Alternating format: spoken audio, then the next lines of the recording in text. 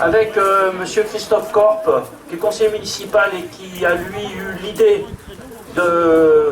qui va nous mener, qui nous expliquera à la dénomination de cette place nouvelle du marché en place Pablo Neruda, et M. Jean-Pierre Nivet, qui est conseiller municipal en charge du marché et des marchés de Gravelle, comme on dit aujourd'hui.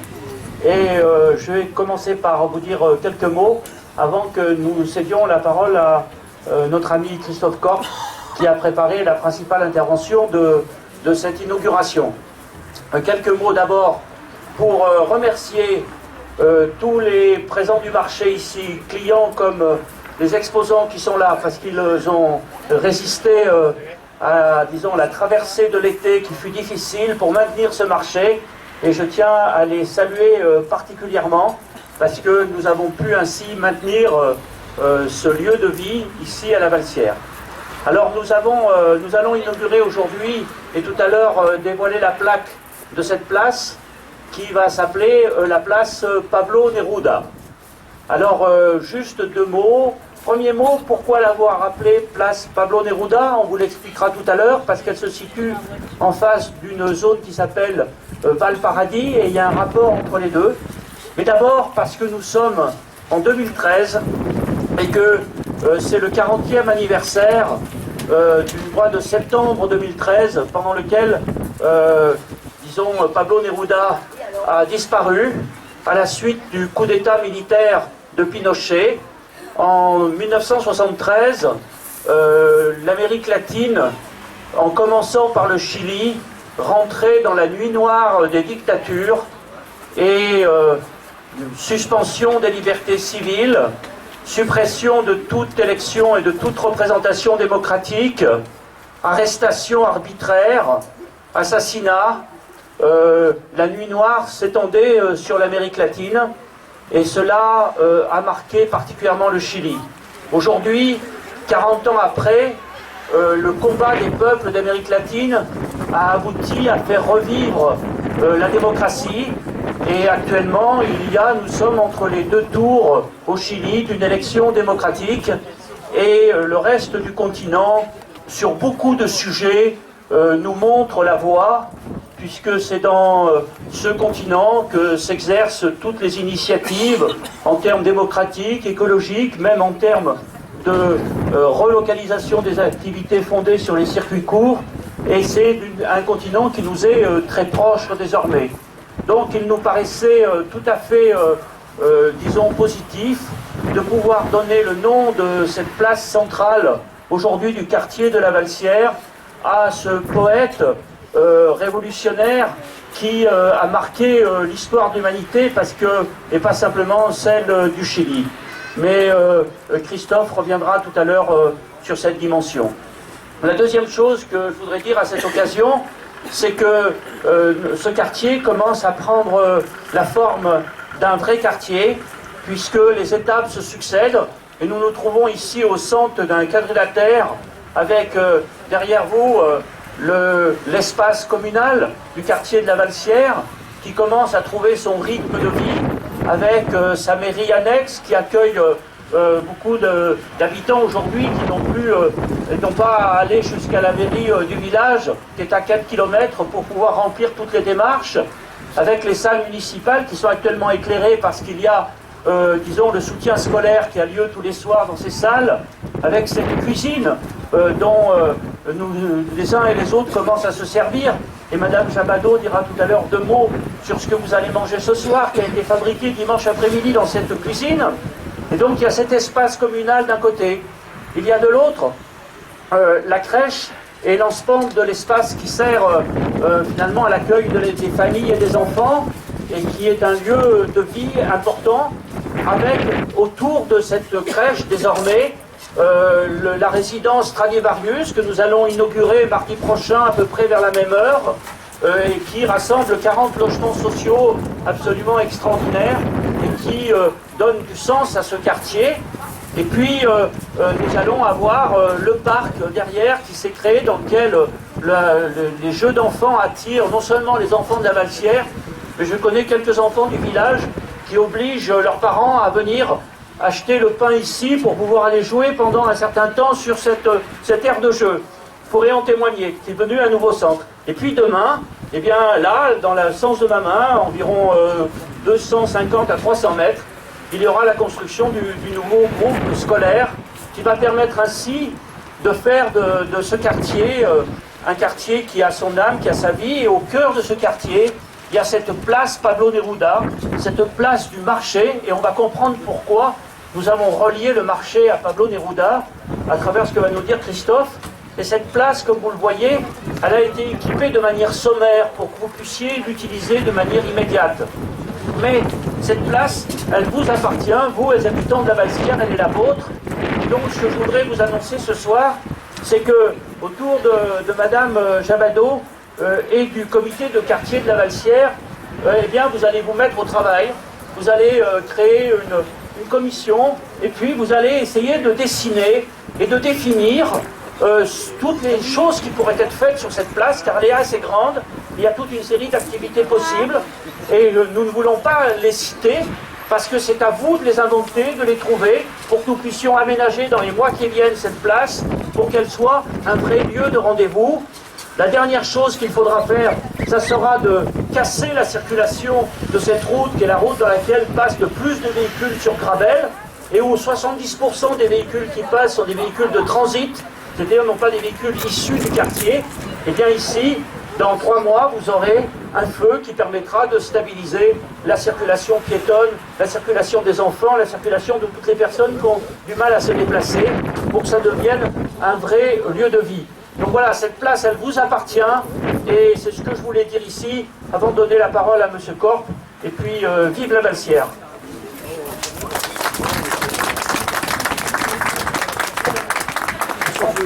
Bonsoir à tous.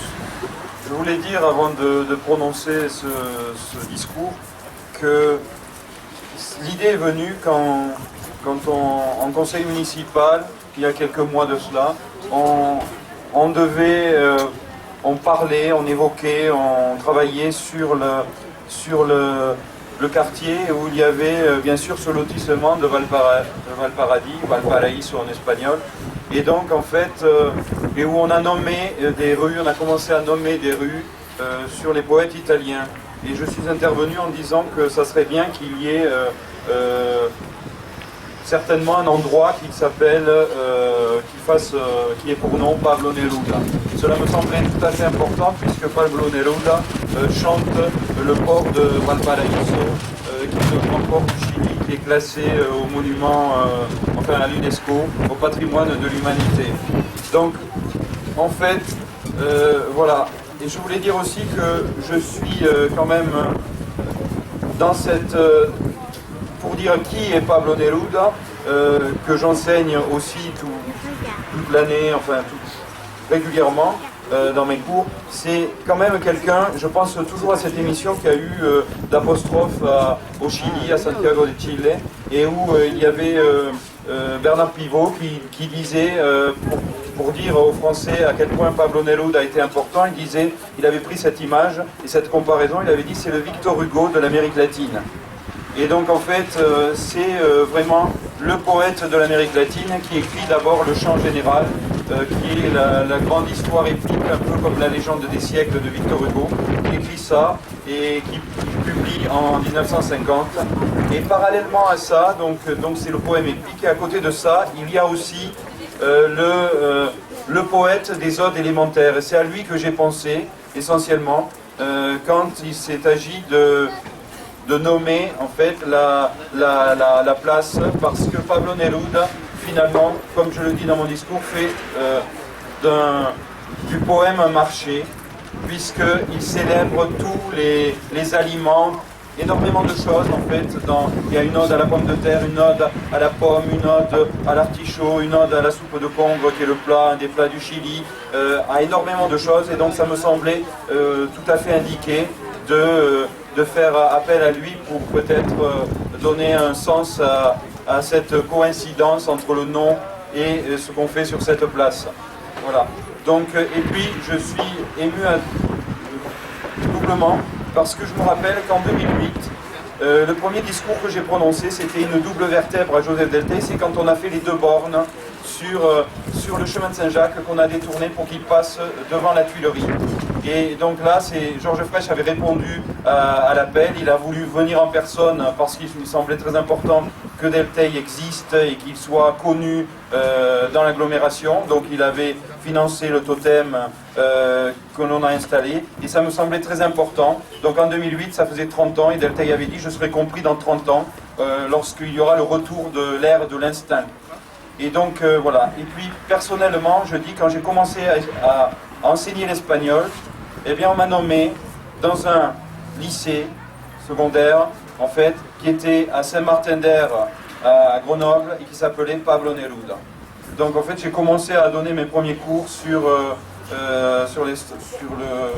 dans les salles de classe au lycée Pablo Neruda. Et après, c'est là où j'ai passé aussi l'agrégation. L'année d'après, ils m'ont fait passer l'agrégation au lycée Pablo Neruda. Voilà. Donc, Pablo Neruda, toi le poète, toi l'humble Chilien, toi qui nous as quittés le 23 septembre 1973, Pablo, toi le Nephtali des rois, tu sais la nuit des réverbères brisés, nuit froide de cristal sur les fenêtres de la liberté, lorsque la haine s'écrivait en franquiste sur les murs, lorsque la trahison s'épelait en Pinochet. Et tu sais aussi la saveur du congre dans la grande soupe du poème, lorsque le frère a faim, lorsque le frère monte dans la mémoire oxydée du Machu Picchu pour renaître avec toi. Tu sais la saveur de l'ode élémentaire qui augure de notre goût dans le poème, sorte de cuisine deltéienne des Amériques à images, qui fait la robe mouchetée du congre fraîchement dépecée, cédée tel un gant sous la métaphore, renaître ailleurs grappe de mer dans le plat, lorsque le congre, tendre et nu, enfin prêt, reluit pour notre appétit, pour que les essences du Chili, les saveurs de la terre et de la mer, comme de nouveaux mariés parviennent jusqu'à la table, et que par ce plat l'on connaisse le ciel. C'est ce que tu écris dans ce poème. Tu sais la saveur du congre, mais aussi l'ivoire fin et délicat de la pomme de terre au milieu des guerres, et l'irascible fragrance d'ivoire et de l'ail. L'ail, génie du soleil si cher à Delteil.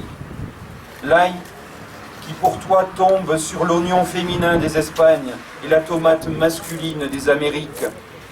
Tomate ailleurs répétée, de Madrid jusqu'à la mer. Tu sais, la saveur du congre, mais aussi l'île de saveur des artichauts. Ceux si chers au palais de Delteil, petits vers de Perpignan ou d'ailleurs, qui ruissellent de vers bleutés au cœur de tes poèmes, comme cet artichaut que tu nous décris dans un de tes poèmes, l'Ode à l'artichaut, habillé en guerrier, bruni comme une grenade, fier, et un jour côte à côte dans les grandes corbeilles en osier, on allait au marché pour réaliser son rêve, le service armé. Cet artichaut qui en rang jamais ne fut si martial qu'à la foire, comme tu l'écris, au marché où les hommes, en chemise blanche au milieu des légumes, étaient maréchaux des artichauts, rangs serrés, ordre crié, et puis cette détonation d'un cajot qui tombe. Artichaut guerrier, jusqu'à l'arrivée de la belle Maria avec son panier. La belle Maria qui choisit sans peur un artichaut, l'examine, l'observe, à contre-jour comme si c'était un œuf, l'achète, le mêle dans son sac à une paire de chaussures, un chou paumé, une bouteille de vinaigre, et une fois dans sa cuisine l'immerge dans la marmite.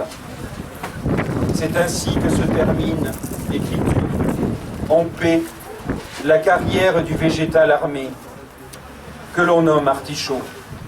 Puis, écaille après écaille, nous dévêtons le délice, et de son cœur vert, mangeons la pâte pacifique. Au cœur du poème, tu ravives le cœur vert de l'artichaut, toi le grand Pablo des Amériques et de l'élément, comme tu ravives au seuil des mémoires l'innocence perdue des pommes. Tu fais des pommes dans lesquelles on croque et que l'on vend en circuit court et de préférence bio sur tous les marchés du monde, de celle de la mythologie, la fameuse pomme des désaccords, comme tu la nommes, celle mythique d'Aphrodite lors du jugement de Paris, un quotidien poétique de l'âme. Toi, l'ami invétéré de l'élément vital, tu nous enseignes que nous avons encore quelque chose de la pomme, comme tu l'écris, et que, quand nous mordons dans sa ronde innocence, nous redevenons, pour un instant, des nouveau-nés. Toi qui fus consul du Chili, quand la guerre d'Espagne mit le feu à Madrid, tu fais de la pomme une république, de la res poetica une res publica. Lorsque tu écris cet hymne inouï à la rondeur pacifique de tous les ministères, tu écris ceci: moi, je veux une abondance complète, la multiplication de ta famille. Je veux une cité, une république, un Mississippi de pommes. Et sur ces rives, je peux voir toute population du monde unie, réunie, dans l'acte le plus simple de la terre, mordre dans une pomme. Dans ton paradis de l'élément simple, le poème est un marché. Dans ton paradis pour une pomme, ta perruche, celle avec laquelle on t'a photographié, est le ménate de Delteil. Le ménate de Delteil, celui avec lequel on l'a photographié, est ta perruche. Quelque part ici, sur ces coteaux à vignes, de la Valsière son Valparadis à lui, ton Valparaíso à toi, y pousse déjà sa proue rafistolée de navires valeureux, verte épée translucide de la poésie, charrue qui féconde déjà la terre, comme la folle proue d'un port fou, comme tu le dis, venu en paléolithique. Car ici, impossible n'est pas fou. Ce que tu as rêvé, fais-le. Le rêve à l'œuvre marche ici en nous d'un pied ferme. La verte conscience de nos convictions et l'intelligence ont ouvert le sillon puissant, et par l'alchimie poétique du politique à l'œuvre, nous avons voulu que cette place scelle la vertu des marchés, sans jamais oublier que la poésie parle la langue secrète des éléments du quotidien. C'est pourquoi, face à la grisaille et au vent du quotidien, toi Pablo, toi le roi, toi le Nephtali qui dépoussière la statue du réel figé dans le tombeau de l'habitude, tu nous exhortes à la vie, au bonheur, au rêve. Face à la grisaille du quotidien, à sa face ridée de vieille poupée, tu cries. Tu cries la jeunesse et la vie, depuis l'épine dorsale de ton Chili. Tu cries l'action. Tu cries que marchent en nous les rêves de l'action, que marche en nous l'ailleurs du muscle éthique, que marche en nous la conscience du frère qui a froid, que marche en nous la saveur précieuse de l'oignon sur l'étal sans misère, que marche en nous la conscience de ce que fut, de ce qu'est et sera la poésie qui féconde le monde, poétique, œuvrant au politique, que marche en nous la poésie et la politique la main dans la main. Toi, qui prononces ceci lors de ton discours de réception du prix Nobel en 1971, Je te cite. Il meurt lentement, celui qui devient esclave de l'habitude, refaisant tous les jours les mêmes chemins, celui qui ne se risque jamais à porter une nouvelle couleur, ou qui ne parle jamais à un inconnu. Il meurt lentement, celui qui ne prend pas de risque pour réaliser ses rêves, celui qui, pas une seule fois dans sa vie, n'a fui les conseils sensés. Il meurt lentement, celui qui ne voyage pas, celui qui ne lit pas, celui qui n'écoute pas de musique, celui qui ne s'est pas trouvé grâce à ses yeux. Il meurt lentement, celui qui détruit son amour-propre, celui qui ne se laisse jamais aider, celui qui passe des jours à se lamenter de sa propre malchance et de la pluie incessante.